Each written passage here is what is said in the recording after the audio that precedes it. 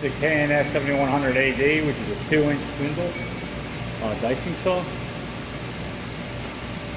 You see we have our screen up here, and I'll show you we have going to help here what software is loaded in. So we have software version 5.8.421. And what I'll do is I'll unlock these top covers so we can take a look at the spindle.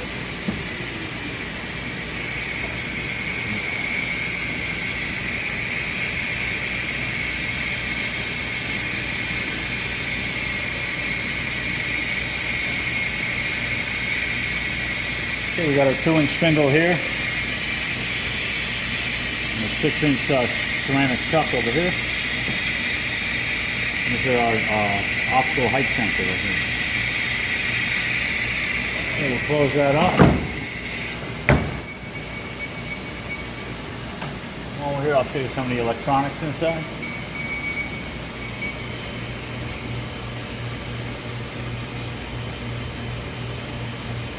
It's running off of a PC over here. Is running XP.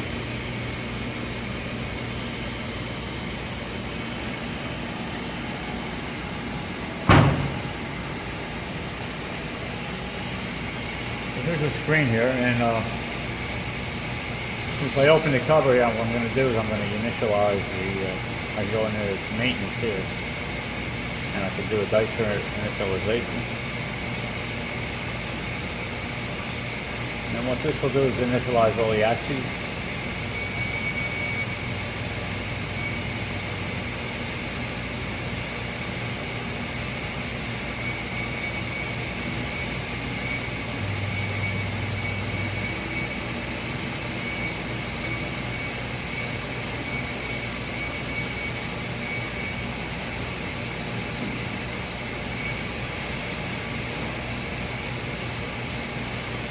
And from here, what I'll do is I'll just run a toggle self-test on the x-axis here, and I'll do one for each axis, and we can see that each is operational. This is our theta. This is the rotation of the chuck.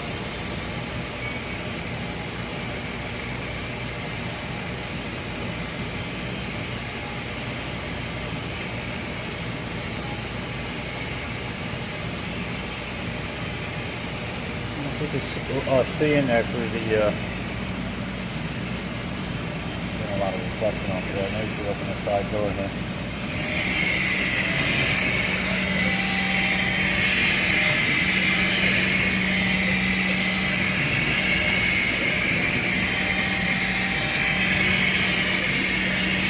Okay, so we're just running off 4 axes here. Show you that they are operational. Now if I were to open the door here, it's interlocked, so that you'll see everything will sit down eventually.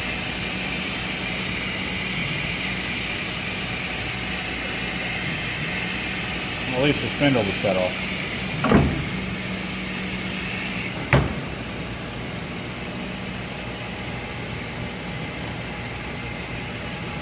Alright, so what I'll do is I'll go ahead and reinitialize the dice server.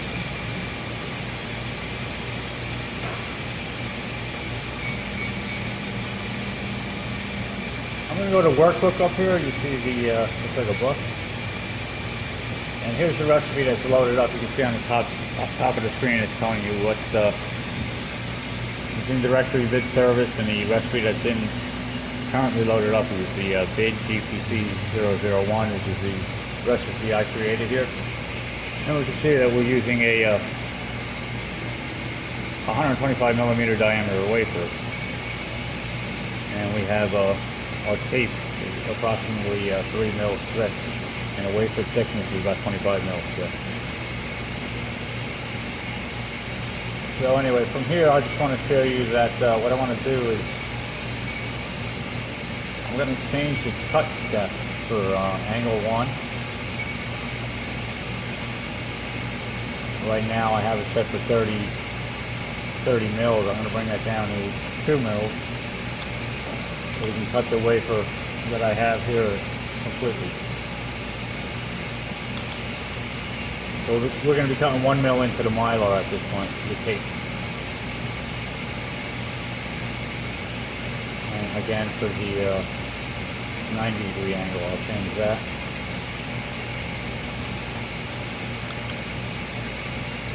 At this point, I'll save it. Save the changes by hitting the floppy disk up there. And when it grays out like this, it means it's saving the changes.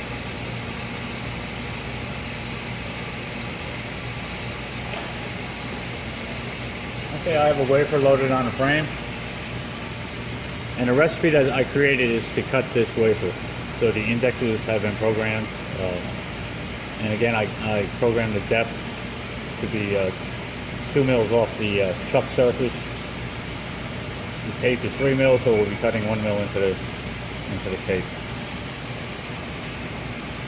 Okay, and now there's a couple of ways to run it, but I'll just start the program here by doing the auto run by hitting the icon up here, the run icon. And then by reading the wizard here, it's telling us to load the wafer onto the chuck. I have 2 little cutouts here. I'll put them on these 2 tabs. Close it up. From here I'll hit finish once the wafer is loaded up, which it is. At this point you can, if the vacuum over here is not high enough, you could hit release and try to reposition the workpiece. But it's fine here, so I'll just hit finish. Looking for this model, I have the pattern recognition enabled on this for auto alignment. So it's aligning to one angle, rotates it to the 90-degree angle. You can down here and it'll align that, and then it'll begin cutting in the screw index. Oh, the spindle is off, so you can see the spindle turned on here, and the spindle is programmed to be at 35,000 RPM.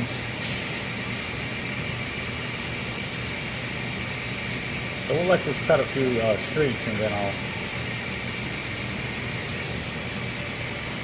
I'll set its auto height sensing there, and we can see what our blade's indicating right here is that we have an exposure of 55 mil.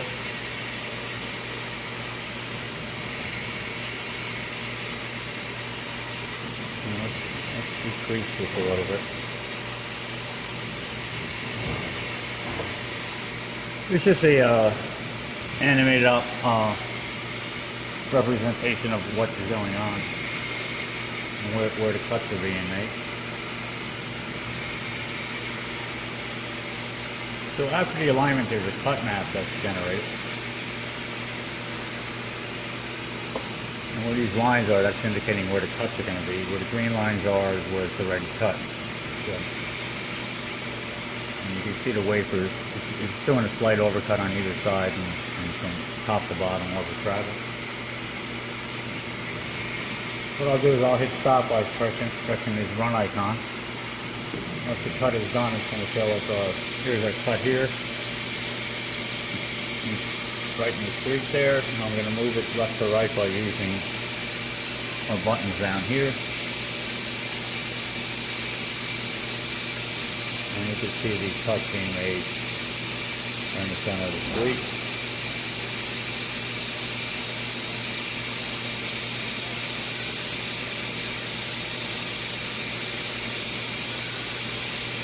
Just to continue, we'll let this cut for a while. We'll come back later and we'll take a look at it. Okay, you can see we're at cut number 47 of the 77 cuts. And while this is running, we can go ahead and look at some of the parameters that are set up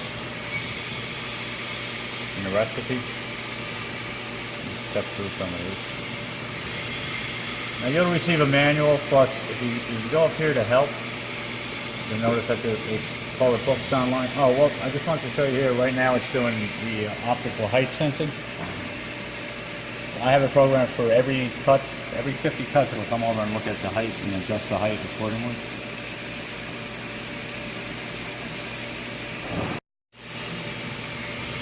Alright, so here are some of the parameters for the angle 90, the second cut. You can look at general, which will cover both angles. And here you can set the speed, the over travel, the overcut, the spindle speed, and how many times you want to do the height check. And like I said, I'm set for 50, so the 50 is right there. And a couple other, all these will be explained in the manual, which you can find. There's books online here. You can look at either the operations manual or the maintenance manual. And some release notes. I'll just open up the operation manual. Now this is online on the computer, so this is basically a copy of the manual that we'll send you.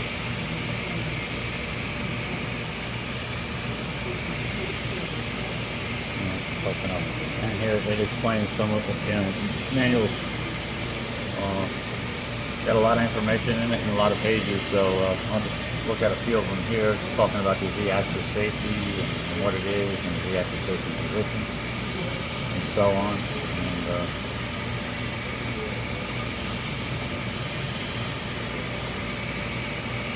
so this is where you find the manual. And we'll close that out.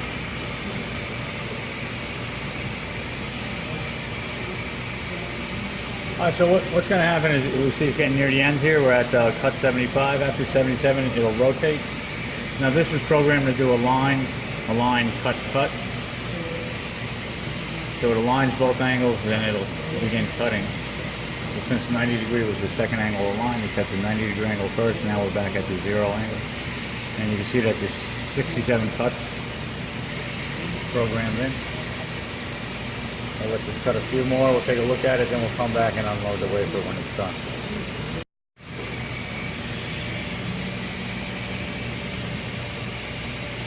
Okay, now the wafer's done, it's been moved to the unload position. I'll hit release. You can see some air is blowing up from the bottom.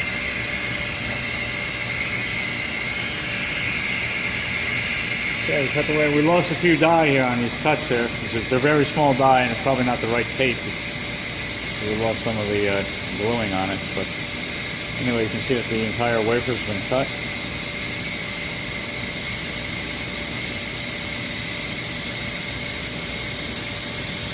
And we haven't cut through the mylar.